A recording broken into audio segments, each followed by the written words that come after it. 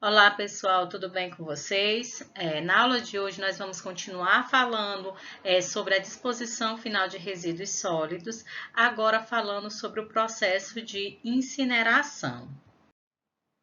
Bom, as atividades humanas, elas geram muitos resíduos, os quais têm muitos impactos negativos para o meio ambiente e para a saúde humana.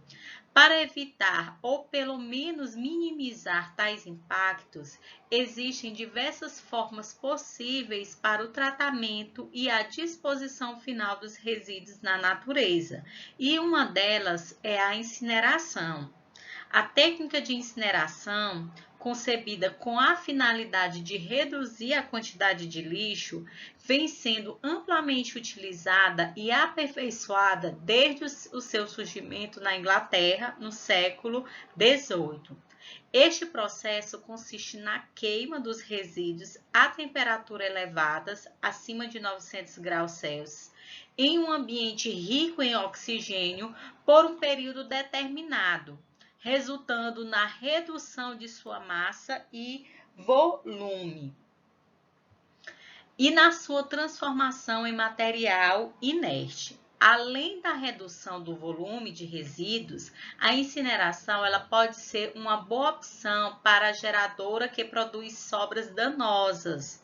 O método ele é capaz de dar uma destinação final e segura a resíduos que podem causar danos à natureza ou à saúde pública. A geradora também pode lucrar com a incineração, porque esse é um tratamento capaz de gerar energia.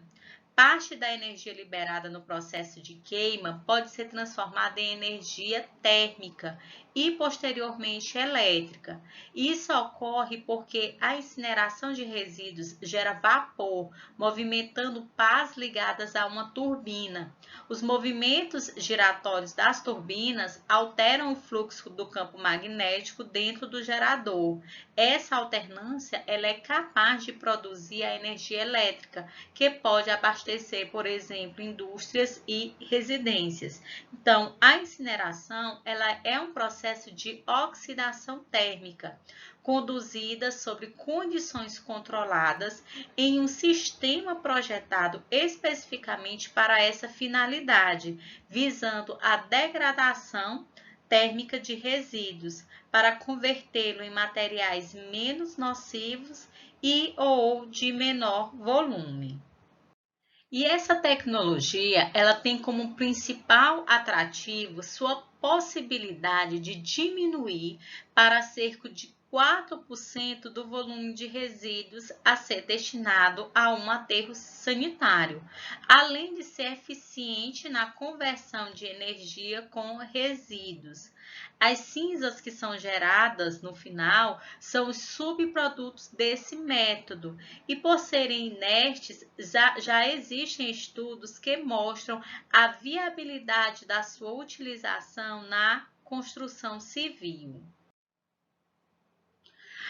Com relação ao histórico da incineração, o primeiro incinerador municipal ele foi instalado no Brasil em 1896, na cidade de Manaus, para processar 60 toneladas por dia de resíduos domésticos. E esse incinerador ele foi desativado no ano de 1958. A incineração no Brasil ainda se caracteriza pela existência de grande quantidade de incineradores de porte muito pequeno, instalados em hospitais, casa de saúde e outros. São equipamentos simples com capacidade de 100 quilos de resíduos por hora incinerados, muitas vezes mal operados com elevadas emissões gasosas. Então, hoje, alguns incineradores têm capacidade de processar entre 300 a 1,8 toneladas de resíduos por hora. Além da redução do volume de resíduos, a incineração ela pode ser uma boa opção para a geradora que produz as sobras danosas. Então, esse método ele é capaz de dar uma destinação final e segura a resíduos que podem causar danos à natureza ou à saúde pública. E quais são os resíduos passíveis de incineração? Aqui nós temos alguns exemplos, como resíduos sólidos, pastosos, líquidos e gasosos, resíduos orgânicos clorados e não clorados, como borra de tinta, agrodefensivos, borras oleosas, farmacêuticos, resíduos de laboratório, resinas e outros, além de resíduos inorgânicos contaminados com óleo, água contaminada com solventes, entre outros, resíduos ambulatoriais e solo contaminado. Existem dois principais grupos de resíduos que são indicados a passarem pelo processo de incineração, que são os resíduos hospitalares e os industriais. Os resíduos hospitalares, ou seja, gerados em ambientes como clínicas, necrotérios, hospitais e outros, eles estão subdivididos em dois grupos, que são o grupo A, os que possuem um grande potencial infectante e agentes biológicos infecciosos que podem ser transmitidos pelo contato, como luvas cirúrgicas usadas, por exemplo, estão presentes nesse grupo A. Já o grupo B são os resíduos químicos, ou seja, os que possuem em suas composições substâncias que podem ocasionar doenças, remédios para o tratamento de câncer e substâncias presentes em materiais de raio-x são exemplos desse grupo. Por fim, os resíduos de alta complexidade produzidos em ambientes industriais também devem passar pela incineração. Defensivos agrícolas são exemplos de resíduos industriais que devem ser incinerados. Mas também nós temos os resíduos que não podem ser incinerados, como os resíduos radioativos, resíduos totalmente inorgânicos e resíduos hospitalares de centros cirúrgicos. Existem alguns parâmetros de controle que devem ser controlados durante o processo de incineração, como, por exemplo, a caracterização do resíduo, a temperatura da câmara, o tempo de residência, o excesso de ar, a taxa de alimentação de combustível e de resíduo, as emissões atmosféricas, os efluentes líquidos e as cinzas. Então, todos esses parâmetros, eles devem ser controlados durante o processo de incineração. Bom, aqui nós temos as tecnologias utilizadas para a incineração. Então, existem hoje diversas tecnologias para incineração de resíduo. Dentre as várias alternativas, destacam-se a combustão de sais fundidos, onde os resíduos eles são aquecidos a cerca de 900 graus Celsius e destruídos ao serem misturados com carbonato de sódio fundido.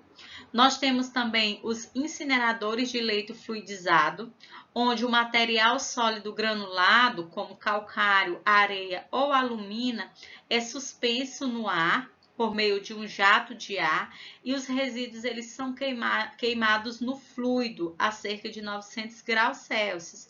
E a oxidação dos gases de combustão é completada em uma câmara de combustão secundária. Então, os incineradores modernos, eles são equipados com duas câmaras de combustão, uma primária e uma secundária, providas de queimadores capazes de alcançar a combustão completa dos resíduos e uma ampla destruição das substâncias químicas que são nocivas e tóxicas, como as dioxinas, os furanos e outros. Então, na câmara de combustão secundária, se alcançam temperaturas em torno de 1.100 graus Celsius e se opera com um tempo de permanência de no mínimo 2 segundos.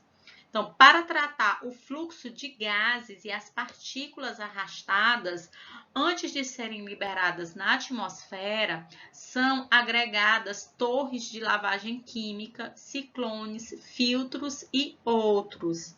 Os incineradores, eles operam com máxima eficiência quando os resíduos que se queimam têm poder calorífico suficientemente alto, ou seja, quando a combustão produz uma quantidade de calor suficiente para evaporar a umidade dos resíduos e manter a temperatura sem a necessidade de adicionar mais combustível. Então, é preferível que os incineradores eles operem continuamente, já que as mudanças de temperatura provocadas pelas paradas deterioram rapidamente os revestimentos refratários. Um incinerador cuidadosamente operado, ele tem uma vida útil de 10 a 15 anos. Os incineradores de resíduos de serviço de saúde oferecidos no mercado, cujas capacidades variam de alguns quilos por hora a 8 toneladas por hora, eles comportam geralmente um forno de leito fixo, uma pós-combustão, um tratamento das emissões gasosas e uma recuperação de calor opcional. Ainda com relação às tecnologias para a incineração, nós temos os incineradores de plasma, que podem atingir temperatura de 10.000 graus Celsius, por meio da passagem de uma forte corrente elétrica através de um gás inerte, como o argônio. Então, o plasma ele é constituído por uma mistura de elétrons e íons positivos, incluindo núcleos, e podem decompor compostos com sucesso, produzindo emissões muito menores do que os incineradores tradicionais. Então, o princípio do plasma é produzir um gás a uma temperatura muito alta, graças a um arco elétrico. Então, utilizada para incineração de resíduos, a plasma ela não produz escórias nem cinzas voláteis tóxicas, mas um resíduo vitrificado inerte. Então, a temperatura de incineração ela varia, assegurando assim a destruição das moléculas tóxicas e vitrificação dos metais pesados. Como é que ocorre o processo de incineração? Então, agora nós vamos falar um pouco sobre a descrição desse processo. O atual processo de incineração, ele acontece em 2 estágios. Então, inicialmente, o resíduo ele é queimado numa câmara primária, que é receptora do resíduo em uma temperatura suficientemente alta para que algumas substâncias presentes se tornem gases e outra assuma a forma de pequenas partículas. Já na fase gasosa, gerada na câmara primária, esses resíduos gases eles são encaminhados para a câmara secundária. Então, essa mistura de gases e partículas ela é queimada a uma temperatura mais alta por um intervalo de tempo até que haja uma combustão completa. Então, o tempo de residência representativo para resíduos sólidos no processo de incineração é de 30 minutos para o primeiro estágio e de 2 a 3 segundos para a combustão da fumaça no segundo estágio.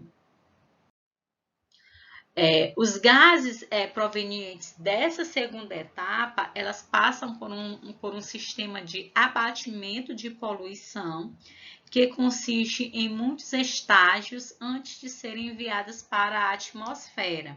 Ou seja, os incineradores modernos, eles são equipados com essas 2 câmaras de combustão, a primária e secundária, providas de queimadores capazes de alcançar a combustão completa dos resíduos e uma ampla destruição de substâncias nocivas e tóxicas. Após a incineração, a parte sólida ela é tirada da grelha. A quantidade desse material após o processo varia entre 4 a 10% em volume do material original, sendo o material totalmente esterilizado e apto para ser aterrado ou até mesmo aplicada à construção civil. Então, além da redução do volume de resíduos, a incineração ela pode ser uma boa opção para a geradora que produz sobras danosas. Então, o método ele é capaz de dar uma destinação final e segura a resíduos que podem causar danos à natureza ou à saúde pública. Aqui são algumas referências que vocês podem estar utilizando nos estudos de vocês. Como informações importantes, assistam às videoaulas, leiam o material de apoio, participem dos fóruns de discussões e respondam às atividades avaliativas quando houver. Na próxima aula, nós vamos continuar falando sobre o processo de incineração. Qualquer dúvida que vocês tiverem, vocês podem estar entrando em contato comigo através do meu e-mail e através dos grupos de WhatsApp e dos fóruns de discussões. Bons estudos e até a próxima aula!